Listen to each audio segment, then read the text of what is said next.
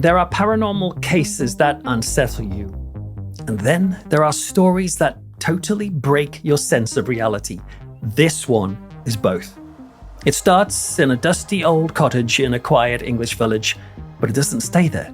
Because these events from the 1980s aren't only about ghosts as such. It's about voices from the past, entities from the future, and messages that appear almost impossibly on an old BBC microcomputer.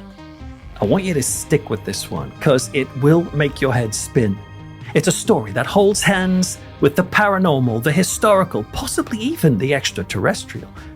And something even stranger than all of that, time itself. Was this a haunting, a hoax, or a genuine bleed through from another century? And was it orchestrated by intelligences not of our time or even this world? So brace yourself, because once you step into this story, time will stop making sense. I'm Peter Laws, and tonight on Into the Fog, we log on to The Ghost in the Machine. The encounters you're about to hear took place between 1984 and 1986 in a cottage in the small village of Dodleston, that's in Cheshire in northwest England, close to the border of Wales.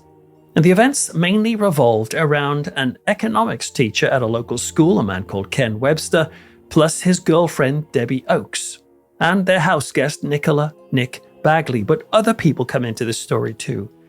Ken Webster documented these experiences in his book, The Vertical Plane, which was first released in 1989 and then was updated in 2022. And the story is wild. It begins in the autumn of 1984. Ken had moved into a picturesque house in Dodleston. It was called Meadow Cottage, the third in a row of 4 very small 18th century homes on Kinnerton Road. His girlfriend Debbie had stayed in the house too. She was helping with the renovation work, which was a challenge. For 6 months, the downstairs of the home had to be gutted, while they lived for months in one room with a kettle. And the stress of living in a house like that with no bathroom and no kitchen did take a toll on their relationship. But now that the downstairs was almost finished, they were finally ready to start actually living in the rest of the house, though it still needed painting. And around that time, a friend of his came to stay, Nick Bagley. And it was Nick who first spotted something strange in the house. She'd been looking around the renovated cottage when she saw something, and she called out to Ken and Deb. She said, what's this? Has someone been putting their feet on here? They leant over and they knew what she was talking about. There had been some marks on the wall. In fact, they had been there for quite a while now. They weren't shoe prints, you understand. These were bare feet marks. Whose feet made these marks on the wall? Well, Ken said not me, they were too small. Deb, who also said they weren't hers, said that there were 6 toes in these prints. They were perplexed by this, but frankly quite amused, and they tried to figure out how could someone have put bare footprints on the wall like this. You see, the prints seemed to emerge from a wall heater and then went diagonally up the wall right to the edge of the ceiling. How would anyone actually achieve that prank? Maybe someone was lying on a table or chair and walked up for a joke. He said that those footprints had been there since late August or September of 1984, and they all just dismissed it as a quirky but impressive hoax. No big deal, really, because it was time to paint over them anyway, which Deb did. And so after a few brushstrokes, the funny 6-toed footprints were gone. That night, he and Deb slept in the front bedroom while Nick had the back bedroom. And the next morning, Ken woke up and was walking through the house when something stopped him mid-stride. The footprints, they were back, despite the new paint on the walls. But here's what struck him the most. It wasn't that the paint had dried overnight and the old marks had simply started to show through again. No. These prints were in slightly different positions than before. These were new footprints, and they were made from dust from the cottage floor.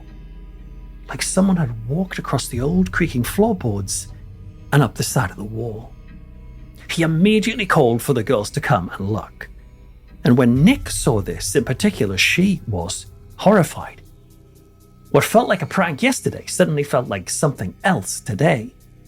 because none of them had woken in the night to hear an intruder do this. And Ken said from the look on Nick's face, he thought she was ready to pack her bags and leave that very morning. Well, they tried to figure out an answer to this mystery, and the only idea they could come up with was this. Maybe one of them walked in their sleep last night. But obviously this was a pretty silly theory, given that the prints were going up the wall. So anyway, perplexed, they removed the dust prints, which left enough marks on the wall to still have to repaint. 2 days after the footprints had been painted out for the second time, they did not return. And Ken said that the situation that had previously been weird and a bit creepy simply turned into something they thought was hilarious. They knew there must be a natural explanation, but now the prints were gone. Why bother worrying about them? But then other strange events occurred in the cottage. They'd been shopping for food one evening, and while they put most of the stuff away in the cupboards, they didn't have a lot of storage space in the kitchen yet, and so a bunch of tins were left scattered on the floor, including 12 tins of cat food. They'd sort a space out for them in the morning. They went to bed. When morning came, Ken walked through the house. It was 8 a.m., and he found the cat food tins had been stacked in a pile like a pyramid. On top of the pyramid were 3 cat food tins to make it taller, and he just stared at this pile in amazement. Like, think of that happening in your house, well, how would you react? When the girls got up, they discussed this anomaly, and it was decided that it had to have been one of their friends. Probably a guy called John. He was a guitar player who used to come around the house sometimes because they had a 4-track recorder in the back bedroom. Ken was into music and writing songs. And John had what Ken called a very strange sense of humor, so they figured, these tins were his doing. Though Ken wasn't fully convinced, still, it had to be him. The cottage didn't exactly have the most secure doors, so maybe he got in with little effort. Well, the next morning, nothing strange happened again. No more footprints, no more tins, but on that evening, they found another stacking of food. This time, it was a single column, about 4 feet high. And these were 2 2-liter bottles of lemonade, a packet of dry cat food, and a roll of paper kitchen towels. That's an actually pretty precarious tower. And yet here it was, standing quite well. This felt a little too impressive for John to have pulled off. Just stopping the video here for a second, because I came in to film a little bit of kind of B-roll to illustrate the thing with the lemonade. I don't have any lemonade, so I thought, well, I'll try these bottles. See if you can see that. But actually, that works probably because of that there, so that's not that hard, I suppose, for these particular bottles. I don't have a cat, so there's a bag of crisps, chips. Put that on there. That becomes quite precarious, but that can stay. That already looks weird. Imagine walking in and seeing this. The kitchen roll, the paper towel, like I cannot get that to stay. I appreciate this is completely different bottles and it's not a very scientific experiment, but that's a very weirdly precarious tower, if you ask me. And the thought that that's just up there when he comes down that's very, very strange. It's sometimes easy, isn't it, to move on from one strange event, maybe even 2. But this was starting to get quite eerie. And Ken said they were starting to get the sense of edginess in Meadow Cottage. Not least when Nick was at the room upstairs and she happened to look at the window just above the kitchen, and she saw a very dense and dark black shadow moving past the glass outside. And get this, at the exact same time as that shadow passed the window, Deb and Ken woke up in their room because they were convinced someone was in the room with them. But there was nothing there. What was going on? I really like how Ken puts it in the book. He said there was a change in reaction to these events depending on whether it was daytime or nighttime. He writes this: anxiety came with darkness, a sense of foolishness with daylight. But there was more. Ken would sometimes go out for a drive in his Volkswagen, just to get some space from such a small house. It was December, only a few days after the stack of lemonade bottles, when he came back from one of these drives, and he found Nick and Deb looking rather disturbed. He asked them what was wrong, and they said that they had just been sitting by the fire, chatting, when they both felt a sudden plunge in temperature. And then with it came a gust of wind inside the house, and the wind came from under the kitchen door and into the room. This gust was so strong that it picked up the day's newspaper and threw it up into the air, about the height of the arm of a chair, and the paper opened and fell back in 3 sections. Well, they checked the kitchen window and it was securely shut. They didn't really understand what was going on. Well, Nick had been an English teacher, but her real passion was music. She wanted to create an alternative cabaret band with songs and sketches, and so she decided to get to work on writing scripts for that project. Ken had a great solution for writing these scripts. You see, he was a teacher at Hardin High School, and at the time, that school were using some cutting-edge technology in education, the BBC microcomputer. I remember using these computers at school, mostly for writing the program 10 print, Peter Laws's great, 20 go to 10 run. But it turns out that these computers also had productivity software too for doing actually useful things, including a word processing program called Edward. So Ken borrowed one of these BBC micros from the school and brought it back to the cottage, and he showed Nick how to use it. She absolutely loved this thing and got to work on her scripts. What none of them expected was that this home computer, the symbol of the future as it were, would become central in the deepening paranormal mystery that was unfurling in Meadow Cottage. It was a Sunday in December 1984 when Ken, Deb, and Nick decided to head out to see a friend at a nearby pub. They went out for the afternoon, and frankly, they were eager to get out of the house for a few hours. What they hadn't realized was when they left, Nick, who had been using this computer for hours on end, inadvertently left the computer switched on. When they returned back from the pub, they were walking up to the cottage when they noticed a strange green glow seeping out from the cottage windows, similar to the green glow made by the writing on a computer screen. And so they ventured inside. Ken went to check the computer while the others brewed up some coffee. He was sitting there and he thought, well, out of curiosity, I think I'm going to read one of these sketches that Nick has been working on, this stuff for her cabaret band.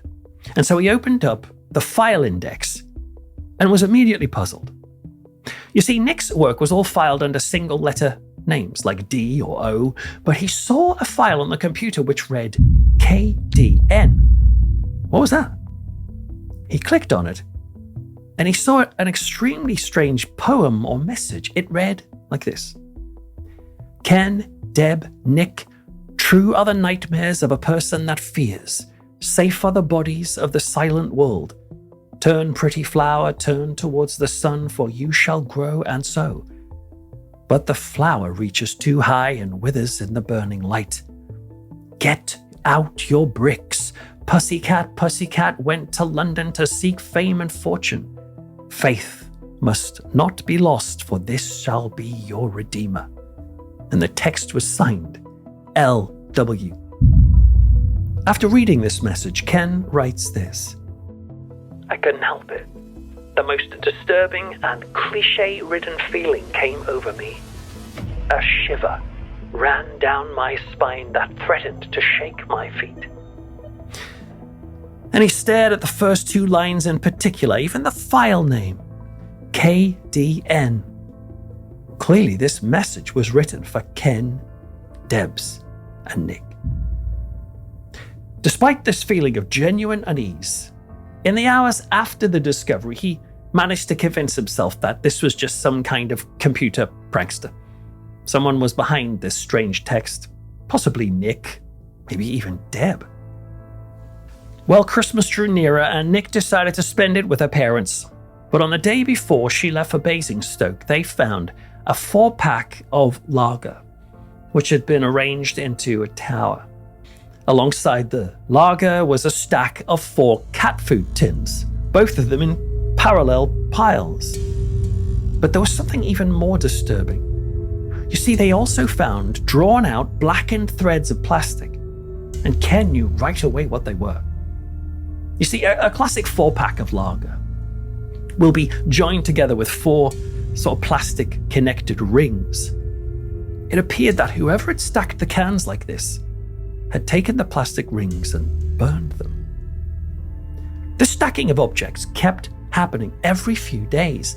They began to notice that these items were stacked close to an exposed brick pillar in the room, almost as if this exposed original brickwork had some kind of, connection to the bizarre events. At one point, they even started to see strange chalk marks on these bricks.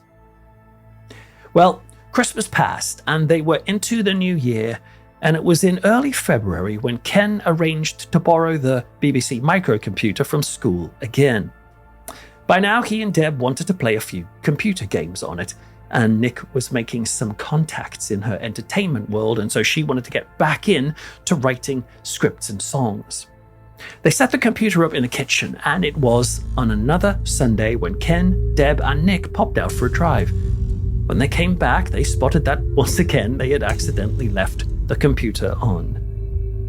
Now, when they saw this happen, they were still wondering if their friend John had been behind that original strange message on the computer.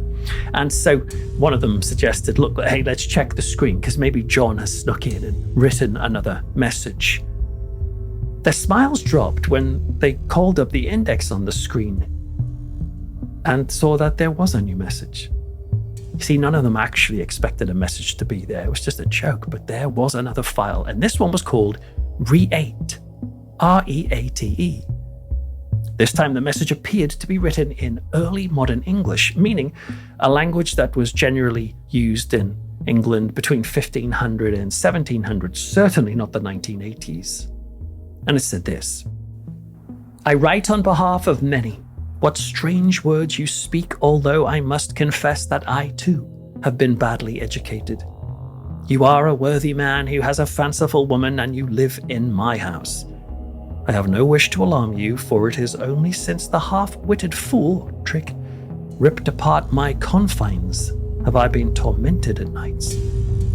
I have seen many changes. Lastly, the schoolhouse and your home. It is a fitting place with lights which the devil makes and costly things which only my friend Edmund Gray can afford, or the king himself. It was a great crime to have stolen my house. Now, none of them knew what to make sense of this bizarre message, not to even mention who had written it and why. But Ken, after this second message, seemed to feel a sense of connection to the person behind it. After the initial shock, I became absorbed by it. We all were. The questions flew faster than storm-driven hailstones and vanished as quickly. A ghost? A spirit? A poltergeist? No clear answers. No answers of any kind. As strange as the whole affair was, Ken printed out the message so that he could take it into school and get another person's opinion on it. Now, most of his fellow teachers and staff members just found the whole thing entertaining, but they saw it as little more than nonsense, frankly, and certainly not something to spend time on. However, there was one fellow teacher who did take this more seriously. That man was called Peter Trinder, and he was the head of the sixth form, and he was a lifelong student of the English language. He was also much more open-minded than most people, and was happy to speak to Ken about the strange activities in the cottage. And he was particularly interested in the style of language that was used. In Peter's opinion, the words appeared to be genuine language from the 16th and 17th century. Something which only a person with expertise in such language at the times would have been able to fake convincingly. In fact, Peter came to sit with Ken in the staff room one day and challenged Ken outright. He said, look, is this some sort of joke? Have you gotten someone with knowledge of this stuff to write it out and try to trick me? Is that what's going on here? He pointed out certain words and phrases that stood out to him as convincing. Well, no, Ken shook his head. He says, look, I don't know what this is, but this is not a prank. Or if it is, it's certainly not from me. Intrigued, Peter asked Ken to keep him informed of any further messages Ken agreed. But much to his disappointment, several days went by with no new files. Until Saturday, February the 9th. Ken had a friend over at the house, a man called John Cummins. He was a London solicitor, and he was fascinated by these messages. And as they sat there in the cottage, warming themselves by the fire, John stood up, his pipe in hand, and he started to pronounce to them all that the right thing to do was not to wait for another message. Surely, simple courtesy dictated that Ken should be replying to these messages. But what would they say in reply? Now, of course, John made frequent formal letters in his work in the legal field, and so he started to dictate or suggest ideas of what to write down, and Deb grabbed a pad and paper and started writing it. And of course, they needed to include the date of now, and so whoever would be receiving this message would know not just where, but when they were writing to. And they also decided that based on the style of writing, that the original writer must be from the 17th century, so they had this all in mind when they wrote their reply.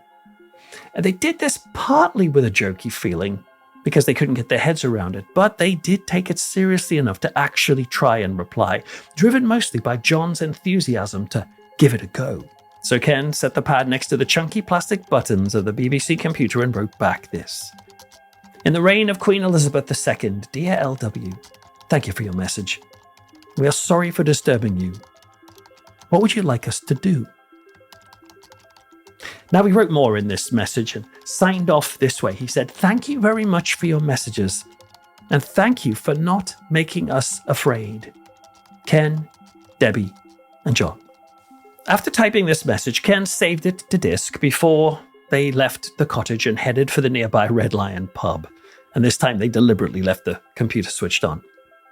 They returned to the cottage several hours later, eager to see whether or not a reply had come, and it had. A new message was waiting for them on their return. In it, LW claimed that he lived in a house that once stood on the same ground as Meadow Cottage stood, but he said there were parts of Meadow Cottage that were parts of his house back when he lived here. And he described his home as a place of law schooling and dated his message 28th of March 1521. And again, he signed it LW. There were, however, some problems that presented themselves, not least that LW had said that King Henry VIII was 46 at the time of his writing, meaning 46 years old. But they checked into this, and in 1521, King Henry VIII was only 30 years old. And when Ken showed this latest message to Peter Trinder back at school, Peter pointed out further inaccuracies. For example, the message mentioned a place called Kinnerton Hall, and yet that hall would not have been built for another 200 years after the early 16th century. And there were other issues too, including something you might easily miss. Peter pointed out that in this reply there were punctuation marks and question marks. Question marks were not used in the 16th century. And so after this latest message, Ken just felt this has got to be some massive hoax. And if that was the case, that meant somebody physical and of this time must be breaking into the cottage, not only to write these messages, but to set up all of these poltergeist-like incidents. Well, the next weekend rolled around, and Ken borrowed one of the BBC computers again. It was Saturday the 16th of February when he fired it up, and he waited to see if more messages would appear, and they did, along with a stack of 3 milk cartons that he found on the kitchen floor. But the messages were what really got his attention, because his computer screen now was filling with text, and more messages would follow. In these new messages, the man finally signed his name, Lucas Wayneman. He said he was a farmer, and he shared a chilling personal detail. He said that his wife and son had died in the plague of 1517. He said his home was humble and built from red stone. This detail struck Ken and Debbie because during their renovations, they had indeed uncovered ancient red stone foundations beneath the kitchen and the garden. But Lucas wasn't just curious anymore. When they read his messages, he seemed afraid. He was warning them that their presence and their communication might have serious consequences for him in his own time. And the message grew rather ominous when he began to suggest that they were intruders in his house. Listen to the sense of fear in this message from Lucas. My friend, pray, what strange demon are you? I'm so confused. You are goodly, I feel, but your lies frighten me much. You said you are alive, but this is not so. You also spoke of a power of which I have no knowledge. Where does this power come from? And what did you study in your place of learning? Where is it? Because if you do not explain this to me, then I must make an end to my words with you. This would cause me much despair. It is not I that make you afraid. It is you that makes me afraid. Lucas. Despite this sense of tension between them, they still kept communicating. Ken and the others asked Lucas how he could possibly be communicating with them in the 1980s, and his reply was compelling. He said it was through something called a Leam's Boist. Now, what on earth is a Leam's Boist? Well, the phrase doesn't really match anything known in Old or Middle English phrases, but it could possibly be a phonetic variant of the words light and box.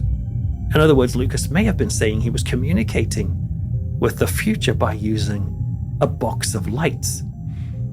Might that be how someone from the past would describe a computer? Well, Ken once more showed these new messages to Peter Trinder, who used his expertise to check the information for accuracy. This time, rather than be suspicious, Peter concluded that the overall structure of the writing, including the use of random Latin words as well as the general structure, was indeed indicative of the mid-16th century, and it was likely from an individual in the Cheshire region, all of which matched details that had been given by Lucas in the messages. Well, the communications between the 16th and 20th century continued, and as it did, more and more details emerged.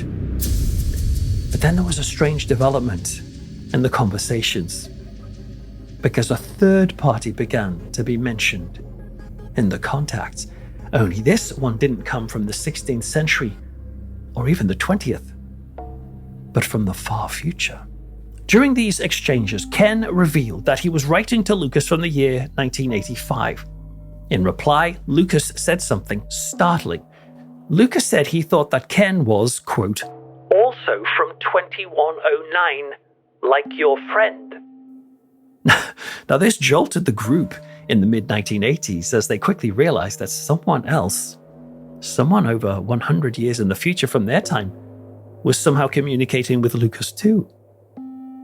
Now, as the conversations continued, Ken became increasingly convinced that whatever was behind these bizarre messages from the past and the future, it would seem, was real. More and more information proved to be accurate. Plus, the messages began to come back to Ken much quicker, sometimes even while Debbie and he were in the house, albeit in another room.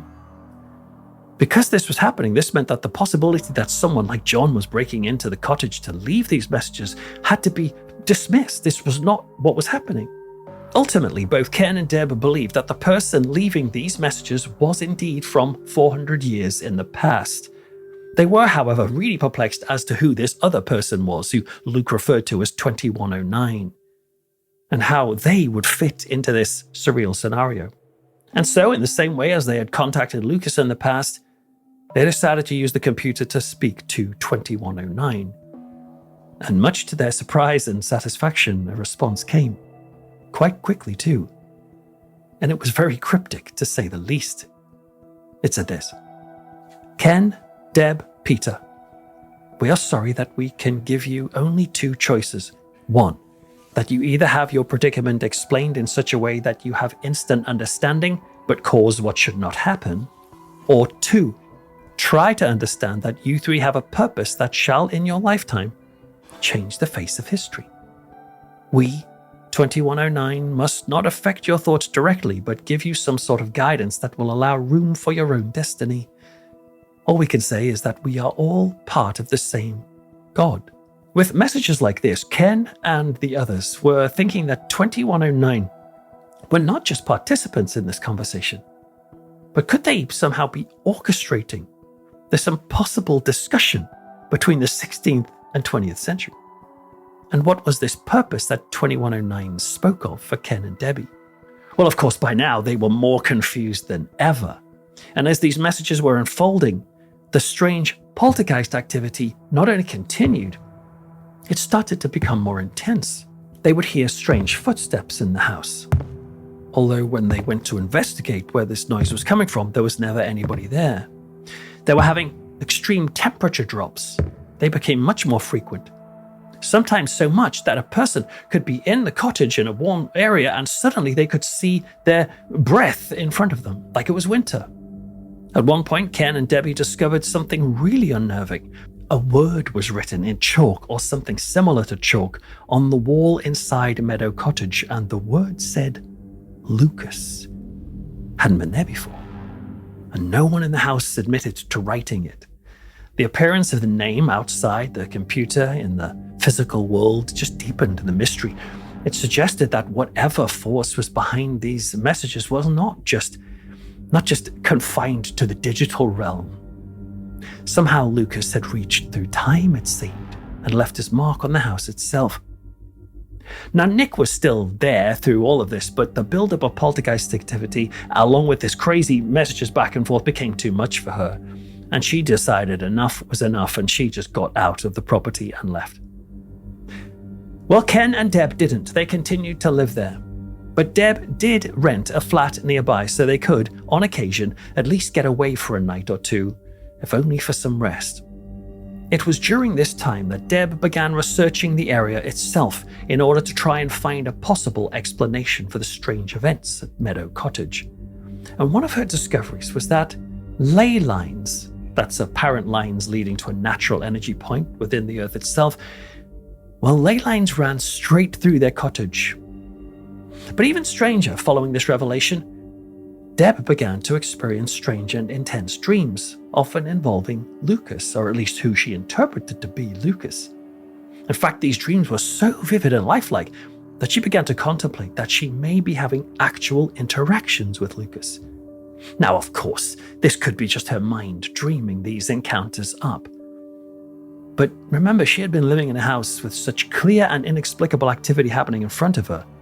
It's understandable that she wondered, could she be having some sort of out-of-body encounter where she was transported to the past or Luke to the present? And were these ley lines somehow involved in these absolutely fantastical events?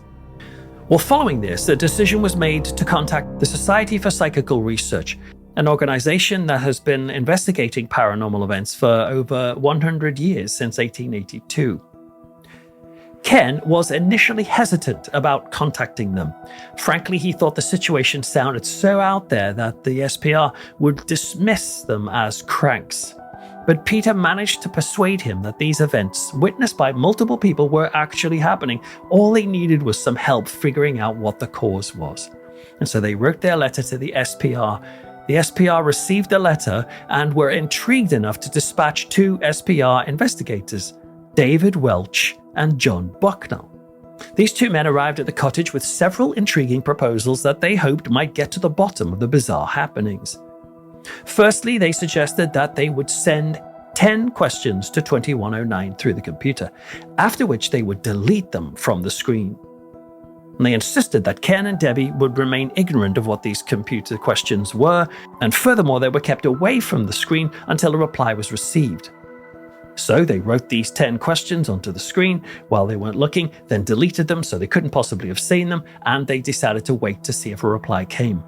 It did several days later. And this reply addressed one of the investigators by name.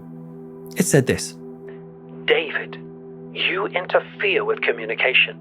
Next time you decide to perform your little experiment, you must be clear. The message went on to say that David Welch was, for some reason, having a negative effect on these communications, and that 2109 was saying that someone else should take his place. They even suggested the name of John, the solicitor from London, who had first suggested they reply to the early messages. But despite this issue that they had, 2109 ultimately said that the people in 1985 could indeed carry on how they wanted if they preferred. They seemed pretty polite. But they also added this. They said, yes, we are what you call a tachyon universe. Tachyons are theoretical particles that move faster than light. though 2109 wanted to make the point that humans have an incomplete knowledge of what they are. And then they added this tantalizing detail: we will give you a plotting of a star next time. Well, as cryptic as 2109's message was, David noted something interesting. Remember that the two SPR investigators had sent 10 questions to 2109. 2109 did not directly answer these questions. However, 2109 did highlight those questions in its reply in the exact order they had been asked. Remember that the two SPR guys had written their 10 questions and then deleted them straight after, before Ken or Debbie could possibly have seen them.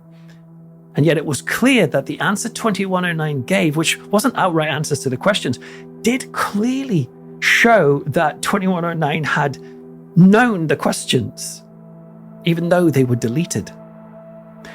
You'd think this was a clear sign that something really was going on, but their response was interesting and quite shocking. The two SBR men decided this still wasn't convincing, and they proposed a rather ambitious theory to explain how this was possible. Listen to this suggestion. They said somebody, possibly Ken or Debbie, had put hidden microphones in the study. And these devices that they theorized could have recorded the sound of the keys being typed, and from those recordings they believed that someone could later reconstruct what was written and respond accordingly. Now, this was the early days of computers, and maybe they had an idea that each key had its own individual tapping sound. But if you know anything about computers, which I'm sure you've typed on many keyboards, you will know you cannot figure out what someone is writing just from the sound of the tapping of the buttons. This was a very flimsy hypothesis. And Ken and Debbie were disappointed and frankly baffled by the suggestions made by the SPR investigators.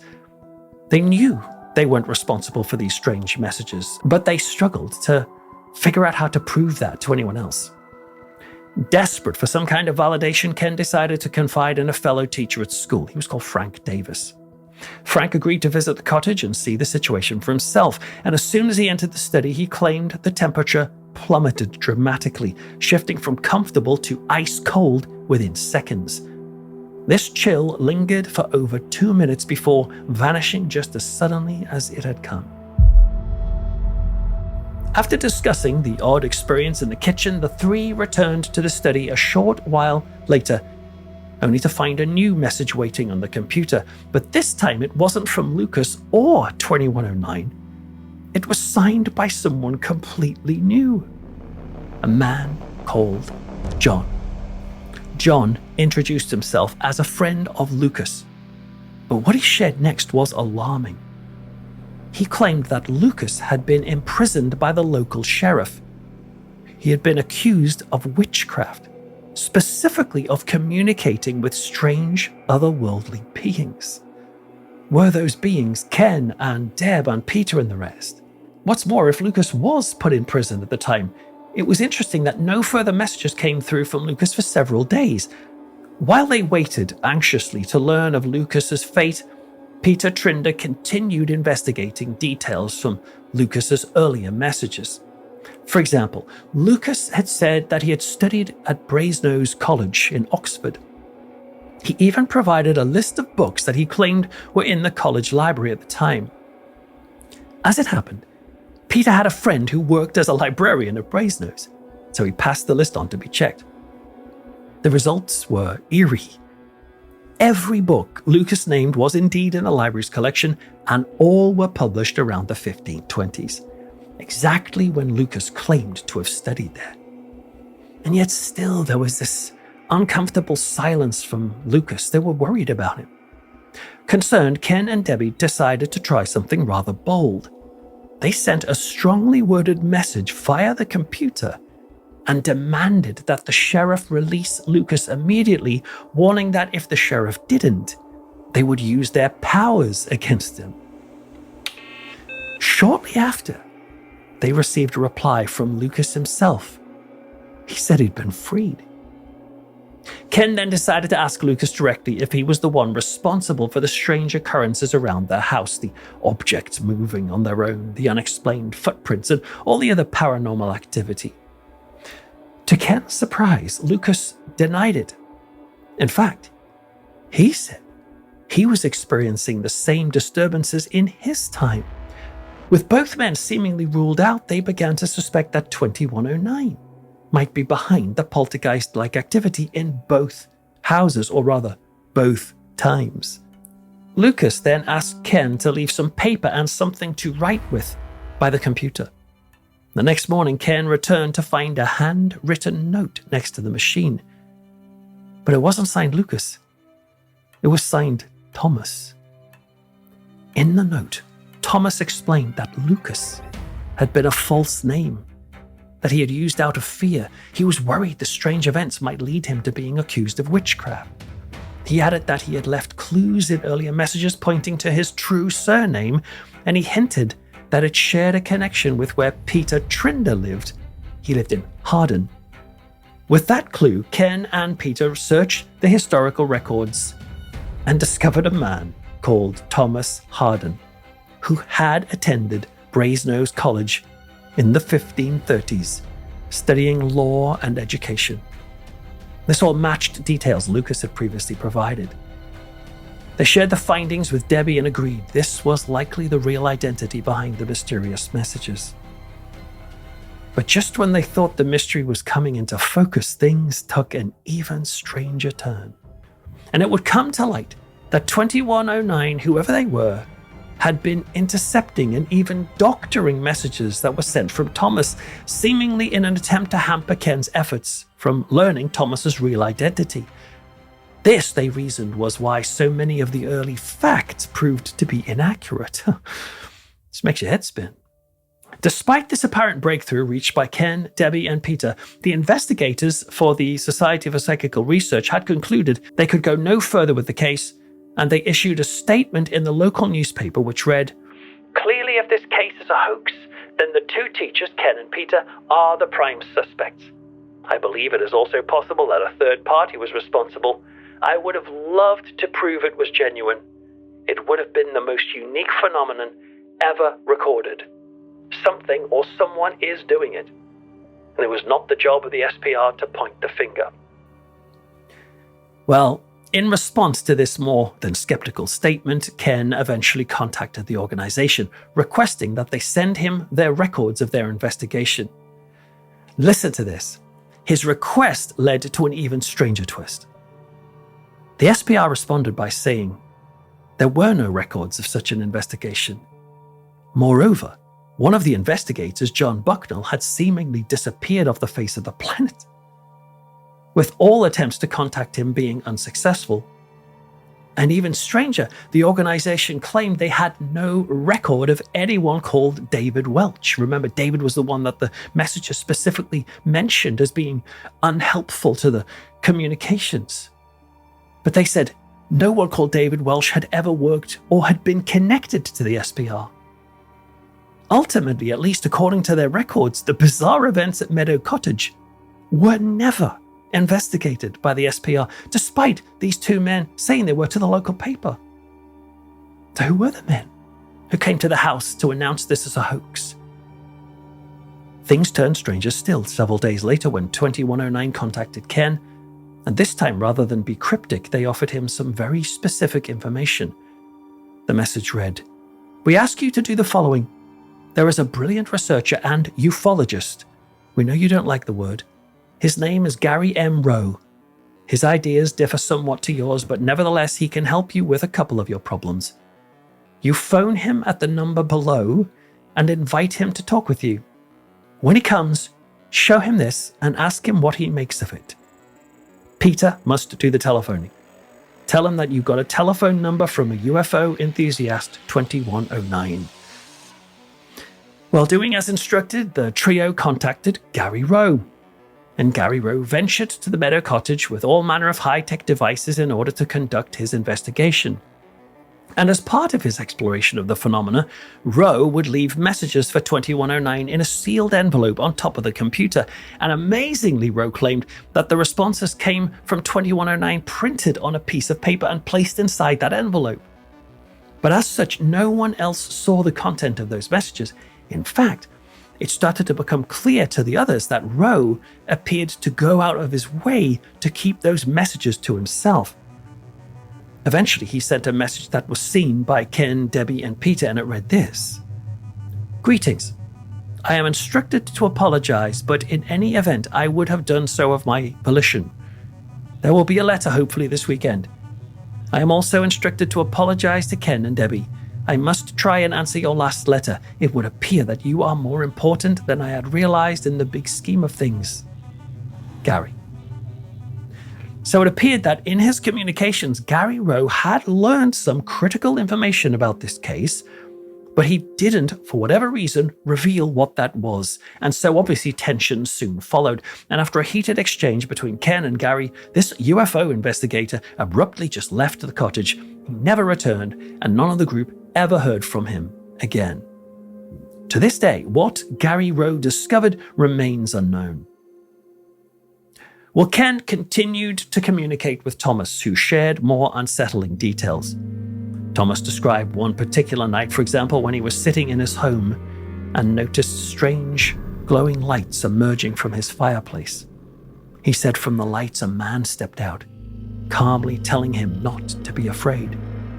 According to Thomas, this mysterious figure was the one who left the light box, the computer, in Thomas's kitchen back then. He soon discovered that when he spoke into it, his words would appear on the glowing green screen. This correspondence between Thomas and Ken continued for some time, but on March the 21st, 1986, Ken received what would turn out to be Thomas's final message. In it, he gave a heartfelt and quite haunting farewell.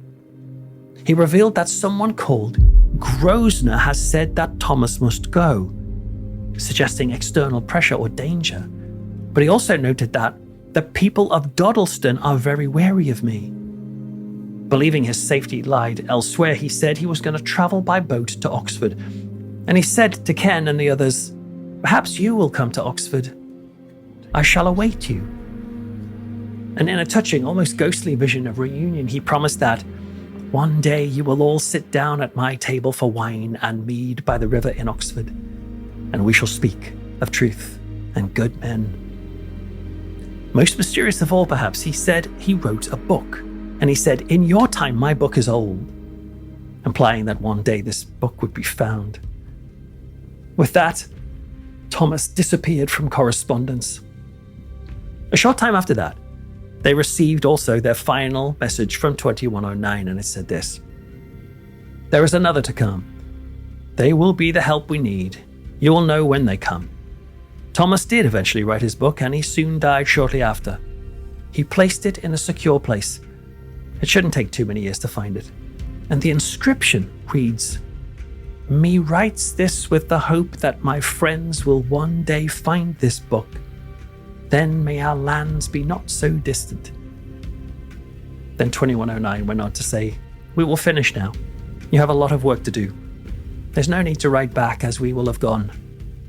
Thank you for your cooperation. 2109. And that was that. The messages, as well as the bizarre poltergeist events, stopped. In total, Ken and Debbie received over 300 messages, not just from the past, but from the future. Fragments of time carried by glowing green text. Years later, Ken published a book about the events. He called it The Vertical Plane, and it drew attention from documentary makers and paranormal investigators alike, all trying to untangle what exactly happened at Meadow Cottage in the mid-1980s. And to this day, Ken and Debbie have never changed their story. Debbie in particular has publicly repeated more than once that she fully believes the messages were indeed real, and that their truth will one day be proven. She's even suggested that some of the messages contain information about the future, clues that may not yet have come to pass, but will. Then there's Peter Trinder, the language expert who helped decode the archaic messages. He admitted that he had to use multiple Latin and Old English dictionaries to make sense of what was written, some of it being so obscure that he doubted an average person could have faked it. As he put it, "If it was a hoax, it was a jolly good one." But if it wasn't a hoax, then someone or something was speaking to them from somewhere else in time. Not everyone agreed, of course. Dr. Laura Wright of Cambridge University, for example, she stated her belief that the writer of the messages that were alleged to have come from the 1540s was using verbs that had not been used at the time.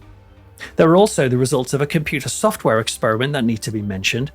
A sample of one of Thomas's messages was compared to a sample of Ken's writing through a software program, and although the results were far from conclusive, they did determine that there was at least a possibility that the same person was responsible for both samples of writing, but just a possibility.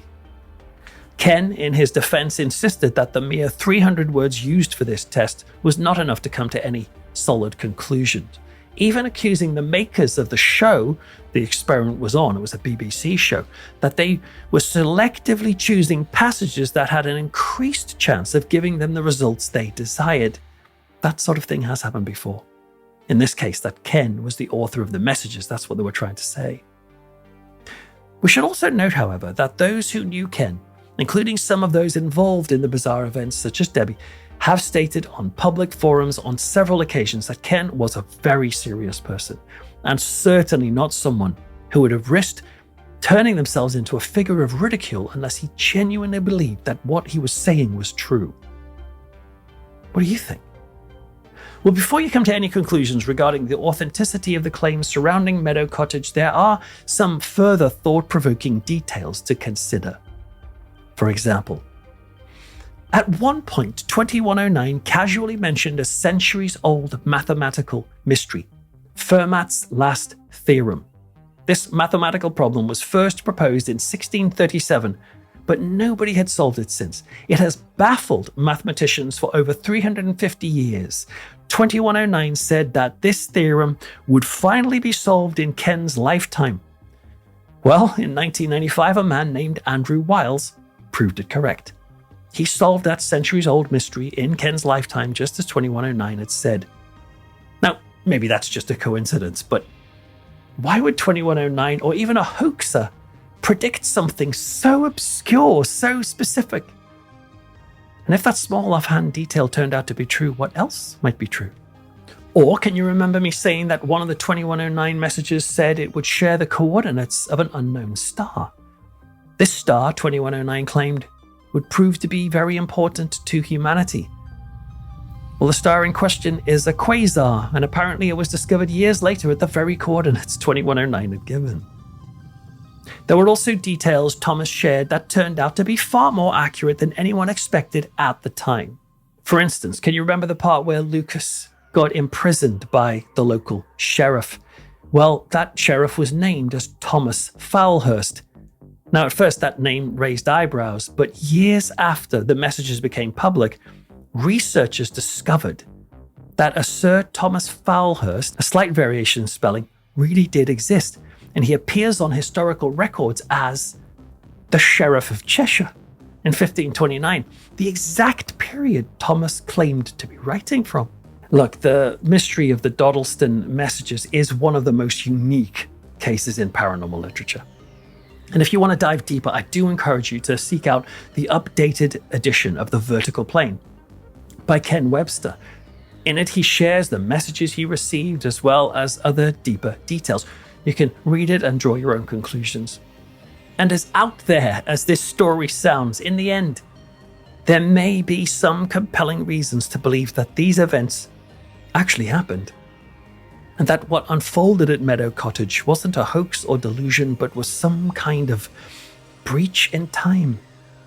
A strange flickering line of communication stretching from the 1980s into the past and perhaps the future.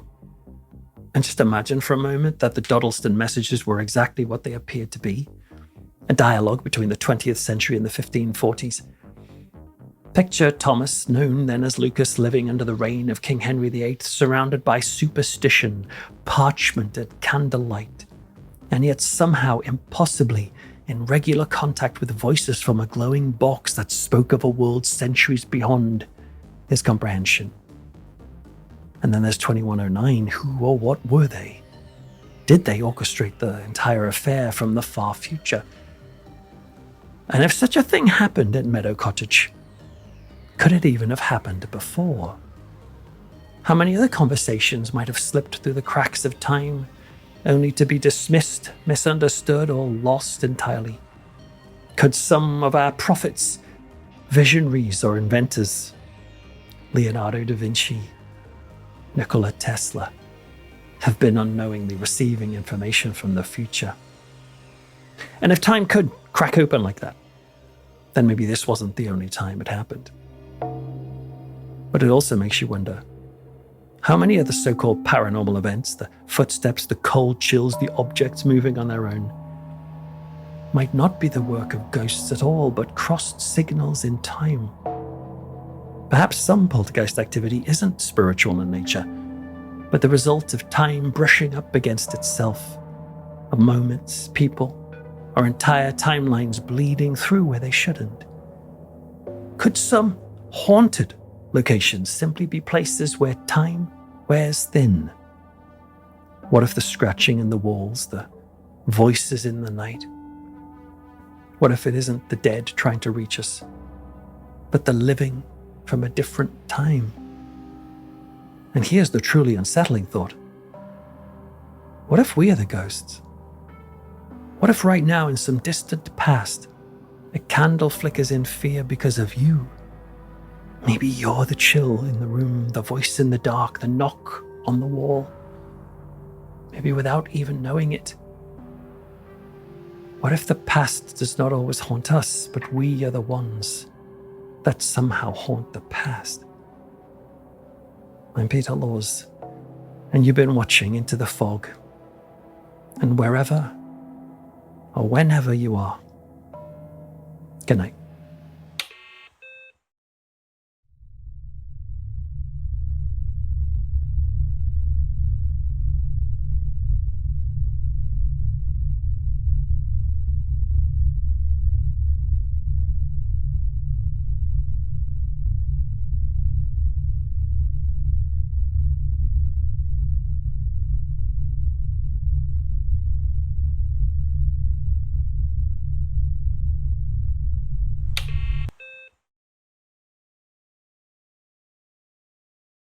And remember, use promo code FOG to get 55% off your first month at Scentbird.